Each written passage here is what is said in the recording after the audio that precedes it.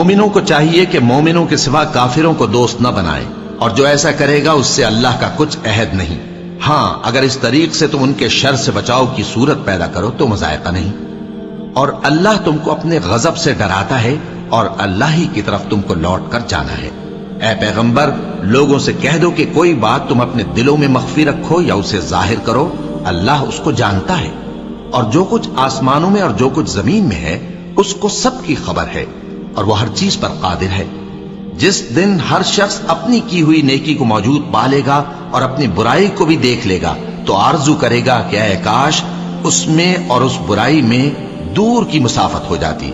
اور اللہ تم کو اپنے غضب سے ڈراتا ہے، اور اللہ اپنے بندوں پر نہایت مہربان ہے۔